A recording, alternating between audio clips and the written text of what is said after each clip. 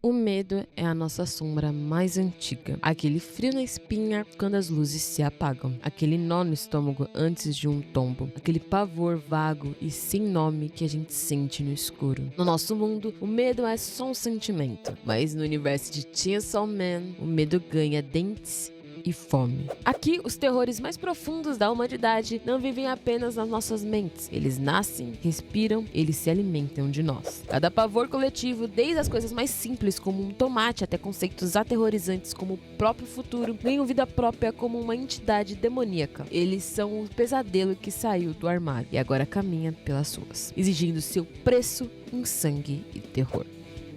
E no centro desse turbilhão de horrores existe um garoto que não tinha nada a não ser um demônio motosserra como seu único amigo. Garoto que, por acaso ou destino, tornou-se a única coisa que o inferno inteiro teme. Porque enquanto todos os demônios se alimentam do medo, só um tem o poder de devorar o próprio medo e apagá-lo da existência para sempre. Esta é a história da dissecação do pânico. Uma jornada para entender as regras de um mundo onde nossos pesadelos são reais, nossos heróis são amaldiçoados e o ato final de amor pode ser o som ensurdecedor de uma motosserra rugindo no caos. Prepare-se para conhecer a verdade por trás dos demônios de Chainsaw Man.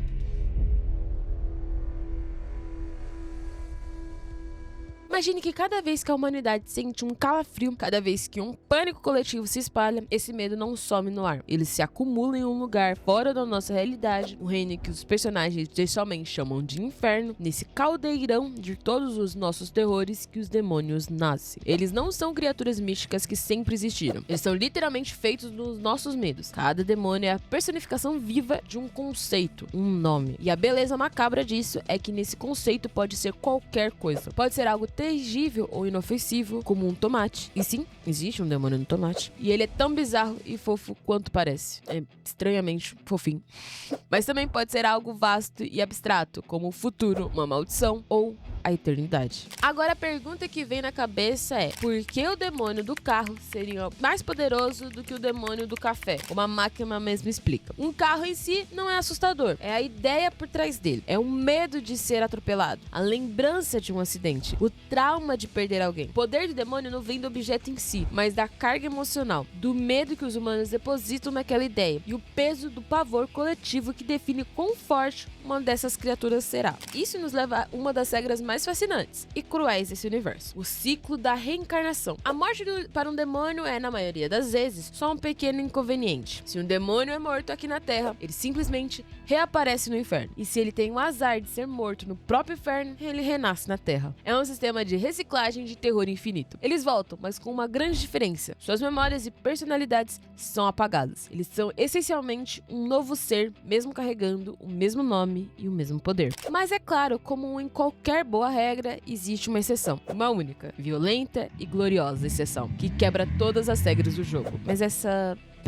é uma conversa para daqui a pouco. Por agora, o importante é entender que nesse mundo, o seu pior medo não é só uma sensação. Ele é uma entidade. Ele tem nome e ele está em algum lugar com fome.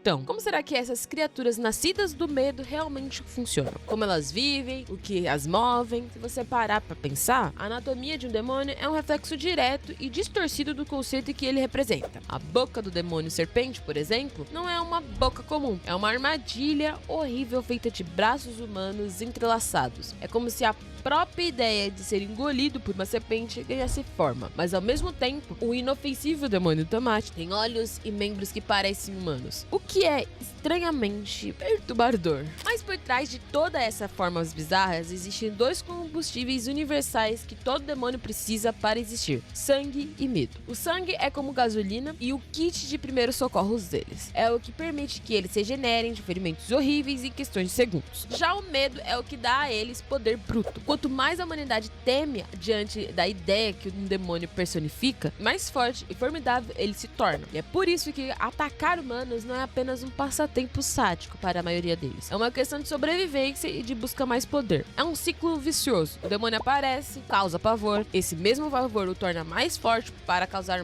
mais terror. No entanto, nem todos os demônios seguem essa lógica de predador implacável. Alguns surpreendentemente amigáveis, ou pelo menos pragmáticos. É aí que entra um dos pilares da sociedade nesse mundo: o sistema de contratos. Imagine que você, humano, precisa de poder para enfrentar ameaças, ou talvez para algo mais egoísta. Você pode procurar um demônio e propor um acordo. Você oferece algo em troca de uma fração de poder dele. Esse algo pode ser qualquer coisa: um braço, anos da sua vida, a sua visão de um olho, ou até algo aparentemente simples como um beijo. Aki, por exemplo, faz um contrato com o demônio do futuro. Ele podia ver alguns segundos no futuro, mas cada uso envelhecia sua vida. Armeno deu um dos olhos para o demônio fantasma e, em troca, ganhou uma habilidade fantasmagórica incrível. São acordos perigosíssimos, uma dança constante na beira do abismo, onde o preço final muitas vezes só é revelado quando já é tarde demais. Para alguns demônios, essa é uma simbiose mais interessante do que apenas caçar. Eles podem se integrar à sociedade, como o demônio raposa, que se tornou um caçador de demônios. E imagina só, basicamente vai ao mercado comprar comida com um salário, em vez de sair devorando pessoas. Claro, outros são forçados a cooperar por medo de serem exterminados, já que os demônios não têm direitos humanos. Matar um demônio, não importa quão pacífico ele pareça, não é crime. Essa relação complexa e sangrenta molda o dia a dia nessa realidade. As estatísticas são de arrepiar. No Japão de Chainsaw Man, 7 a cada 20 cidadãos morrem nas garras de um demônio. Isso faz a caça de demônios uma das profissões mais necessárias, mais perigosas e, por incrível que pareça, as mais lucrativas que existem. É um mundo onde o seguro de vida mais generoso que uma família pode receber é aquele pago quando um ente querido é morto por um demônio. É triste, mas é a pura realidade. No fim, a fisiologia e a sociedade dos demônios nos mostra que nesse universo o medo não é apenas uma força abstrata. Ele é um recurso, uma mercadoria, a moeda de troca mais valiosa e perigosa que existe. E todo mundo, humano ou demônio, está tentando negociar da sua própria maneira para sobreviver a esse mercado sombrio.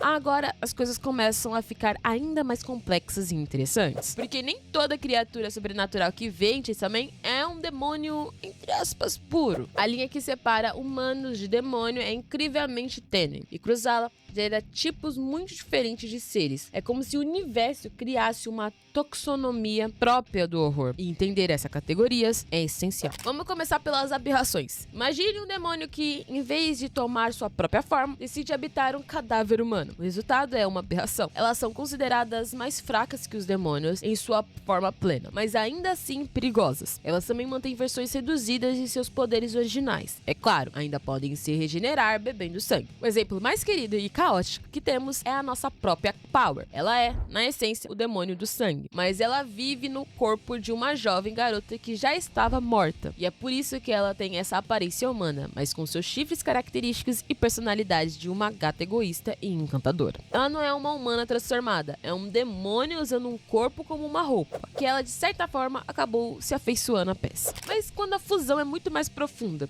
aí entramos no território misterioso e raro dos híbridos. Esses são casos únicos onde um humano, sob condições muito específicas, funde-se com um demônio, de tal maneira que se torna uma única entidade. Denji e Pochita são um caso definitivo. Denji mantém sua consciência humana, sua personalidade, mas ele pode, a partir de um gatilho, no caso dele, puxar um cordão em seu peito, se transformar numa mistura de homem e máquina, o Chainsaw Man. Os híbridos são absurdamente poderosos. Sua capacidade de regeneração é tão extrema que são praticamente imortais. Contanto que tenham sangue suficiente para se alimentar, eles são tão incomuns que a própria existência deles é tratada como uma lenda entre a maioria dos caçadores. A Haze, a garota bomba, o homem katana, a Kwashi, todos são híbridos. Curiosamente, houve um momento em que o próprio nome dessa espécie foi apagado pelo Chainsaw Man, mas por razões desconhecidas os indivíduos continuaram a existir, e como se o universo tivesse esquecido que eles são, mas não conseguiu se livrar deles. Então, no topo absoluto da cadeia alimentar demoníaca, existem os seres que não são apenas fortes, são transcendentais, os demônios primitivos. Eles personificam os terrores mais fundamentais, mais instintivos e arraigados na psique humana. São medos que existem desde que o primeiro homem olhou para a escuridão da noite e tremeu. A escuridão, a queda, o envelhecimento e, é claro, a morte.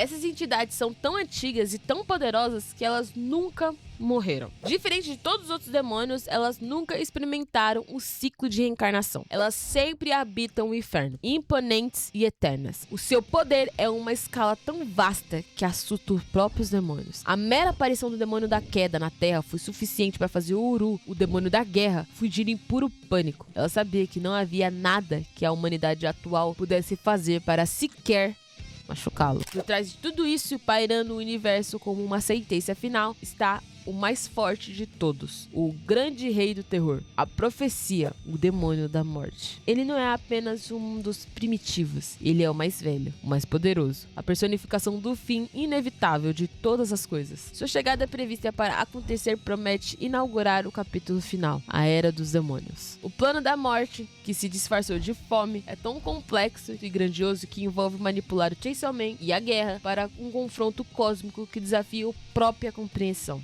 Então temos essa incrível hierarquia. As aberrações, que são os demônios vestidos com cascas humanas, os híbridos, que são a fusão simbiótica e quase imortal entre homem e demônio, e os primitivos, os deuses do panteão do medo, que são forças da natureza em sua forma mais pura e aterrorizante. Cada um desempenha um papel crucial nessa dança macabra que é a trama de Chainsaw Man.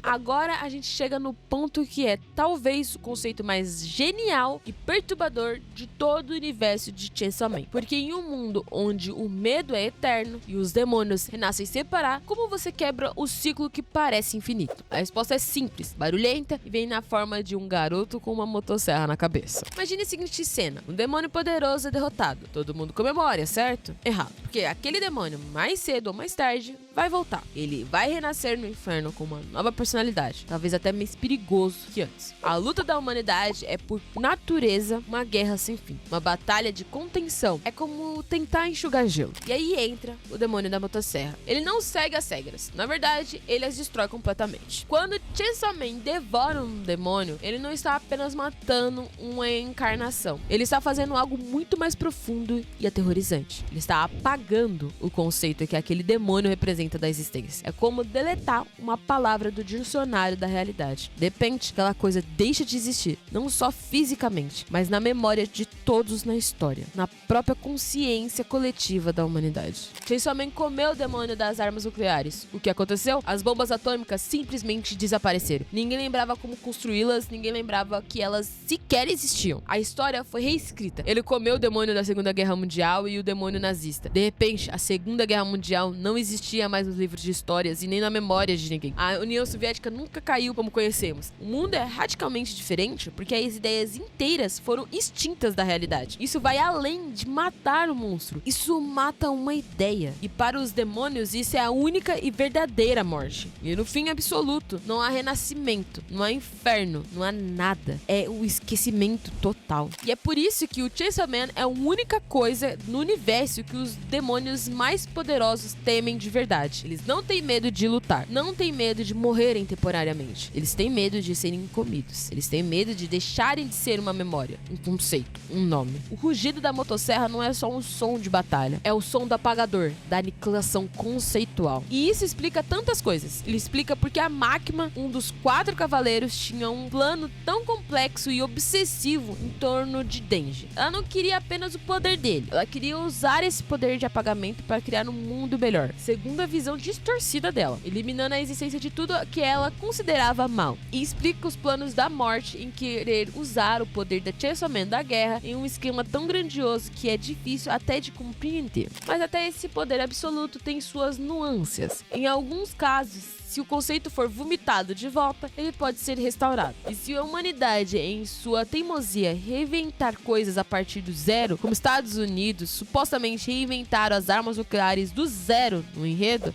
o conceito pode renascer. E há uma exceção permanente e misteriosa. Os híbridos de arma, apesar de demônio da arma originalmente ter sido devorado, eles continuam por aí, como se estivessem imunes às consequências do apagamento. No fim das contas, o demônio da motosserra é muito mais do que um herói violento. Ele é uma força de reset da realidade. Ele é a prova de que um universo construído sobre medos eternos, talvez a única salvação ou a maior ameaça, seja o poder de esquecer.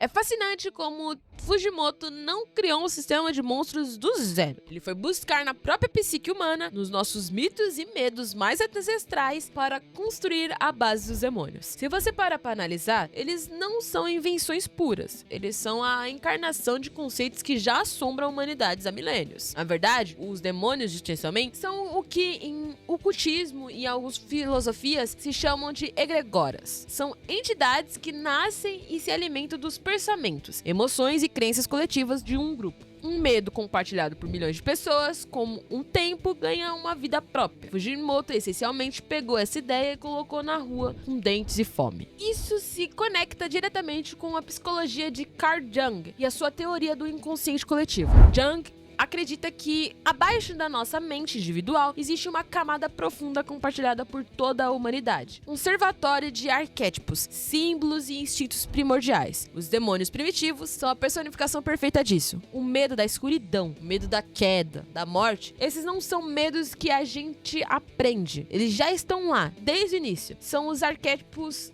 do terror em sua forma mais pura. E não para por aí. A relação deles com a realidade é tão profunda que lembra conceitos de religiões antigas. No helenismo da Grécia Antiga, acreditava-se em demons, espíritos que habitavam todas as coisas do mundo físico. E no budismo tibetano, existem as divindades coléricas, seres ferozes e aterrorizantes que não são intrinsecamente maus, mas representam forças cósmicas intensas. Uma descrição que se encaixa perfeitamente em figuras como o demônio do escuro, que é mais uma força da natureza do que um vilão convencional. A genialidade de Fujimoto, um fã confesso de filmes de terror, foi transformado a tela no cinema em um espelho distorcido das nossas próprias mentes. Ele nos mostrou que os monstros mais assustadores não estão lá fora na escuridão, mas sim dentro de nós, moldado pelo peso de todos os nossos terrores coletivos. E no fim, Chainsaw Man não é apenas uma história sobre lutar contra demônios, é uma metáfora bruta sobre lutar contra as sombras que nós mesmos criamos.